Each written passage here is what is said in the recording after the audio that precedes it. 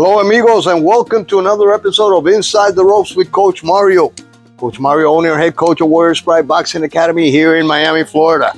Guys, today we're going to talk a little bit about a fantasy matchup, matchup that unfortunately, because of the times of each one of these fighters, it was never able to come to fruition. But today we're going to talk a little bit about the fantasy matchup between two Puerto Rican greats, Felix Tito Trinidad versus Miguel Cotto. Okay, guys, we're going to talk a little bit about that. I want to know what your thoughts are between a matchup between these two giants of the Puerto Rican boxing greats. Let me tell you that I have my own perspective on this fight, but let's go talk a little bit first about Felix Tito Trinidad. He's a Puerto Rican former professional boxer who was known for his aggressive fighting style, exceptional power, and impressive hand speed. Trinidad fought in the welterweight, light middleweight, and middleweight divisions during his career.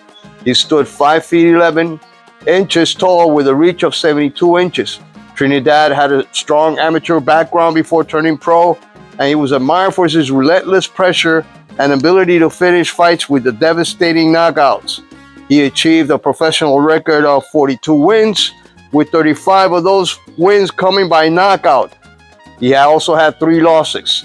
Felix Tito Trinidad's career was highlighted by several monumental bouts, with his clash against Oscar de la Hoya standing out as one of the most significant. Fight took place in September 1999 and was highly anticipated as both fighters were in their prime. Trinidad's victory over de la Hoya via close majority decision secured him the WBC and lineal welterweight titles, solidifying his status as a boxing superstar. Another standout fight in Trinidad's career was his showdown with Fernando Vargas in December 2000. The bout was an electrifying contest between two aggressive and hard-hitting fighters. Trinidad ultimately emerged victorious, delivering a devastating knockout in the 12th round to unify the IBF and WBC light middleweight titles. Guys, when I hear people saying, talking about nowadays about a specific fighter and saying that he's too young, I just look at Felix Tito Trinidad and Fernando Vargas. Fernando Vargas was a young man. He was in his 20s, early 20s, 23, 24. He was already a champion. All right? So, when you talk about somebody who's already a title holder, a champion, don't mention the word, but he was too young. He was a champion already. He achieved greatness at an early age, just like Salvador Sanchez, just like Wilfred Benitez, and hundreds of others who had, by the age of 23, had defended their title multiple times, 10, 12 times already. Some of these fighters started fighting at an early age of 16. So Felix Tito Trinidad was able to get a early start in his boxing career and was non-stop fighting top opponents during his early career, and his achievements in different weight classes is basically legendary for the Puerto Rican superstar. All right, now we're going to talk a little bit about Miguel Cotto. Okay, Miguel Cotto, also from Puerto Rico. All right, he was highly respected boxer with a calculated and strategic fighting style. Cotto competed in multiple weight divisions, including light welterweight, light middleweight, and middleweight. He stood at 5'7" inches tall with a reach of 67 inches. His technical skills and mental toughness have earned him a reputation of a formidable opponent in the ring. Cotto achieved a professional record of 41 wins, 33 of those wins coming by knockout, and 6 losses. Miguel Cotto's journey to boxing stardom also featured several iconic fights, with his bout against Antonio Margarito serving as a career-defining moment. Their first meeting in July 2008 resulted in Cotto suffering the first loss of his professional career, but the rematch in December 2011 showcased Cotto's resilience and determination. Cotto secured a sensational TKO victory, avenging his defeat and underscoring his tenacity as a fighter. Cotto's battle against Sergio Martinez in June 2014 further solidified his status as a multi-division champion. The fight culminated in a dominant performance by Cotto as he claimed the WBC middleweight title with resounding TKO victory, becoming the first Puerto Rican boxer to win world titles in 4 weight classes. Okay, different times, guys. These guys were champions at different times. They faced tough opponents. Miguel Cotto facing Maravilla. Some people saying that his knee was bad, and I tell you something. If you are a fighter, a champion that is not 100% or 80, 90%, and your knees are gone, then you shouldn't be fighting. All right. So the victory over Maravillas would have happened for Cotto whether his knee was at 100% or not. You know, Maravillas' technical ability was very, very limited compared to Miguel Cotto, who was a masterful boxer, who could go to the body, who had great power, who could move around the ring. He fought all the greats. All right. So now let's talk a little bit about this hypothetical matchup between Trinidad and Cotto. The tale of the tape would be intriguing. Trinidad, known for his explosive attacks and ironclad chin, would bring a height advantage and significant punching power to the table.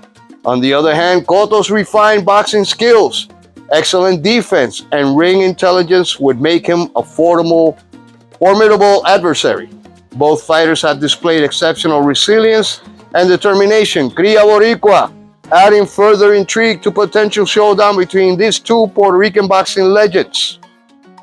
All right, guys. So let's talk a little bit about what would happen in a hypothetical matchup between both of these guys. All right. I truly believe that if Felix Tito Trinidad, who had the reach advantage and had the power advantage and had the IQ and boxing ability they had, and Cotto being a great body puncher, great footwork, and everything else, I don't think this fight, and please make comments, let me know what you guys think, but I don't think this fight would go to the distance, to be honest with you. I don't think it would be a close fight. Maybe it would be a strategic matchup at the beginning, both fighters measuring each other's abilities, checking each other out, making sure that that their particular styles become dominant. They can dominate with their style and force their styles upon their opponent. But my point is this.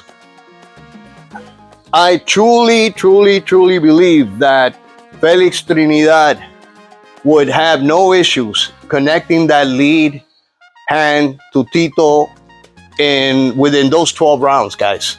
So Miguel Cotto, we have to box circles around Felix Trinidad. We have to go to the body, move on the inside, and that's the thing that Tito, he beat everybody at 147. Let's just talk about 147 pounds, all right? At welterweight, Felix Tito Trinidad was unbeatable. He beat everybody at 147. He defended his title multiple times. I mean, this guy was really hard to beat at the welterweight division, just like Terrence Crawford is now at the same weight class. You know, so I know Cotto was great. He was a great fighter, but as far as having the abilities and to withstand the power punching from Tito Trinidad, I really doubt it. Tito was knocked down by several opponents. He was stopped by Bernard Hopkins at 154. That was a bigger weight class for Tito. He fought Roy Jones. He fought Winky Wright. He lost against those big-time fighters. Miguel Cotto lost against Manny Pacquiao. He lost against Saddam Ali. That was already at the end of his career.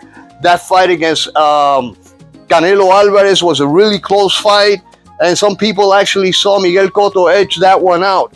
So I'll tell you what, I truly believe that that lead hook, that lead hand, the power of Tito Trinidad would be too much for Miguel Cotto. Please let me know what you guys think about this matchup. Who would win? Who would you have? Who would you put your money for? I mean, if there was a way you would bet, would you bet for it to be a knockout, a decision?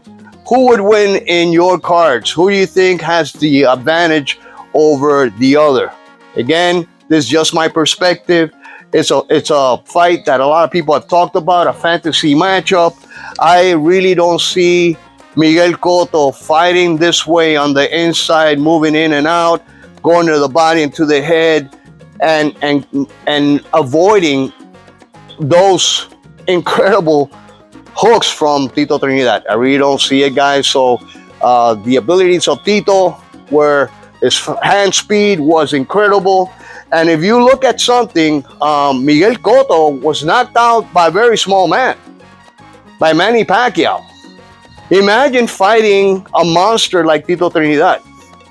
I don't see it, guys. But in my opinion, and my prediction for a fight, this fight would have happened in fantasy land.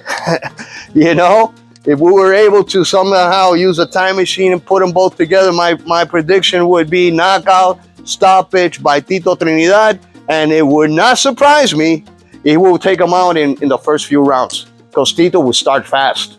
Look what happened with Fernando Vargas, okay? So these two guys would go at it, but I don't think that